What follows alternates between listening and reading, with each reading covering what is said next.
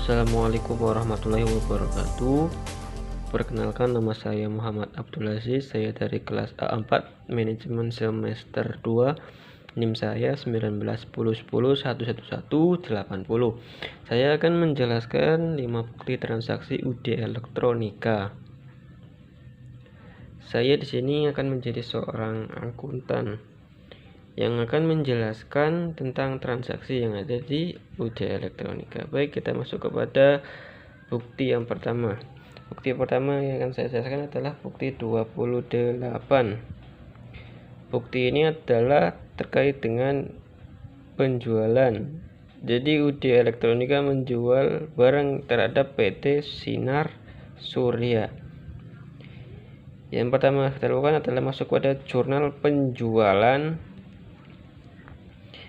Piutangnya 7.600.000, penjualan barangnya 7.600.000 rupiah. Ini piutangnya dikredit, penjualan barangnya didebit, penjualan barangnya dikredit. Seperti di atas ini, PT Sinar Surya, nomor fakturnya 628, 7.600.000 rupiah di penjualan barang. Kemudian yang kedua, kita masuk pada buku pembantu piutang sebesar 7.600.000 rupiah di bagian debit. Seperti berikut.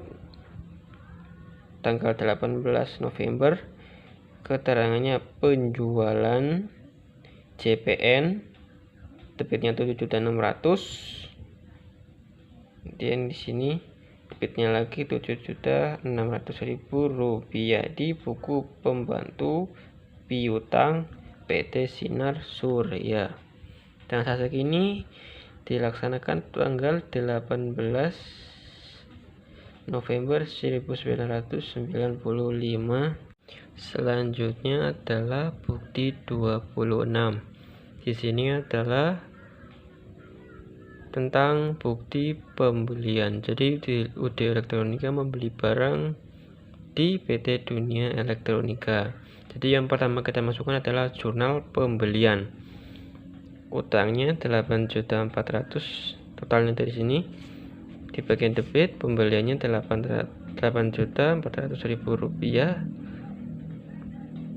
Transaksi pada tanggal 17 November 1995. Termin N30. Jadi ini enggak ada diskonnya ya. Nomor fakturnya 205. Kemudian masuk pada jurnal pembelian, ada di bawah ini. Ini dia PT Dunia Elektronika. Nomor faktur ini kita masukkan di sini. Tanggalnya tanggal 17, 8.400.000 rupiah. Yang kedua kita masuk pada buku pembantu utang sebesar 8.400.000 rupiah di bagian kredit. Nih di atas pembelian ini 2BB atau pembeliannya, kodenya refnya. Terus di bagian kredit 840.000 rupiah. Selanjutnya bukti 34. Pada bukti ini adalah perintah penarikan cek tanggal 21 November 1995. Yang pertama kita harus lakukan adalah melihat ceknya dulu. Ceknya sebesar 882 sesuai ini. Ini kita masukkan. Cek ini 882.000 rupiah pada tanggal 21 November, nomornya XL 0310. Kemudian yang kedua adalah buku pembantu utang sebesar 882.000 rupiah di bagian debit. Kenapa 882 sedangkan utang sebelumnya adalah 900.000 rupiah? Karena mendapatkan diskon karena pembayarannya sebelum 30 hari. Kita lihat di sini.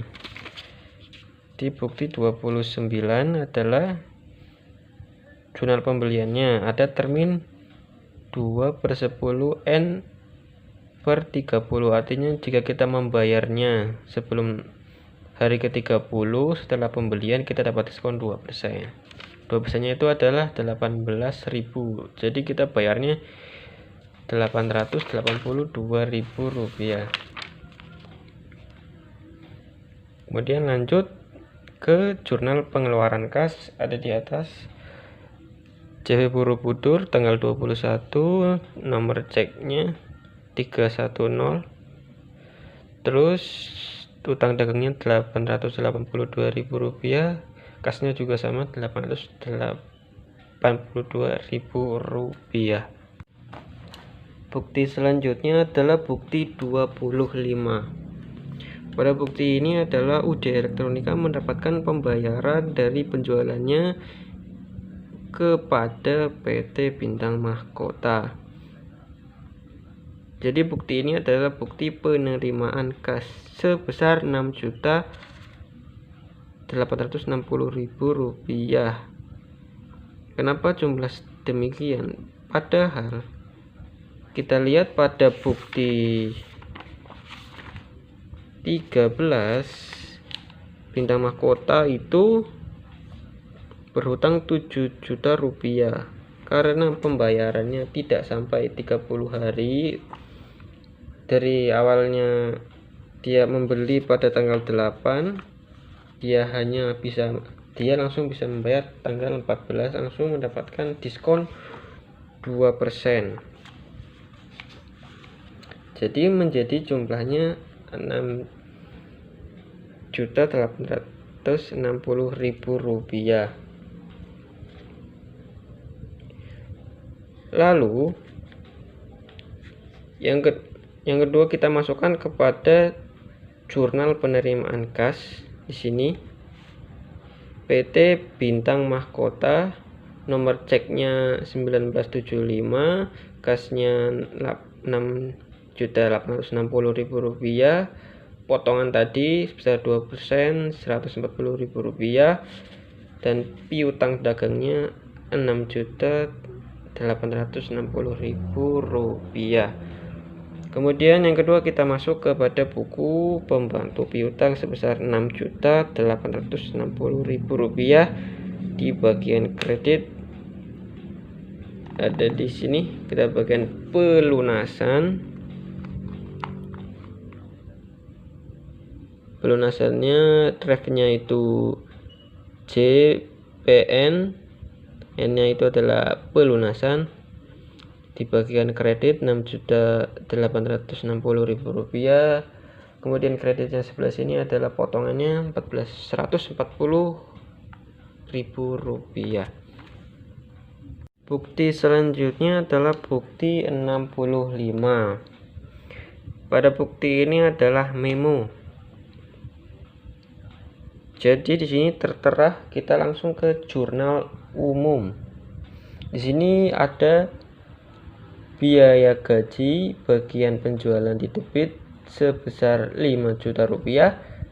Kemudian utang bagian administrasi di bagian debit sebesar Rp1 juta. Kemudian utang gaji Rp5.100.000. Kemudian utang PPh karyawan sebesar Rp900.000. Ini adalah memo-memo tentang biaya-biaya dan gaji karyawan dari UD Elektronika. Pada hal ini yang pertama kita lakukan adalah menjumlahkan dulu penerimaan kas sebelum-sebelumnya, yaitu dari CV Martini dan CV Pelangi. CV Kartini adalah Rp2.156.000, CV Pelangi Rp3.724.000 menjadi Rp5.880.000. Kemudian setelah itu kita total dari catatan kas minggu ini Rp12.436.000, totalkan menjadi Rp18.316.000. Ini akan kita setorkan ke cek. Jadi ini CV Martini dan CV Pelangi ini seperti ini. Ini kita jumlahkan ya seperti tadi ya. Jadi kita lanjutkan ke ceknya langsung ya. Nomor ceknya adalah XL0320. Ini ceknya. Sisa yang lalu 64.400.000 rupiah. Penyetorannya 18.316.000 rupiah seperti yang kita hitung tadi. Kemudian cek ininya sesuaikan, kemudian sisa terakhirnya 84.924.000 rupiah. Dan setelah itu kita jurnal penerimaan kas seperti ini. Pada tanggal 3 Desember penjualan tunai kasnya 12.436.000 rupiah, kemudian penjualan barang 9.156.000 rupiah, kemudian penjualan jasa 3.280.000 rupiah. Demikian penjelasan saya tentang praktikum akuntansi dari bukti-bukti yang ada di buku ini. Semoga apa yang saya berikan dan saya jelaskan bisa dipahami dan bermanfaat. Kurang lebihnya saya mohon maaf. Wabillahi taufik wal hidayah. Wassalamualaikum warahmatullahi wabarakatuh.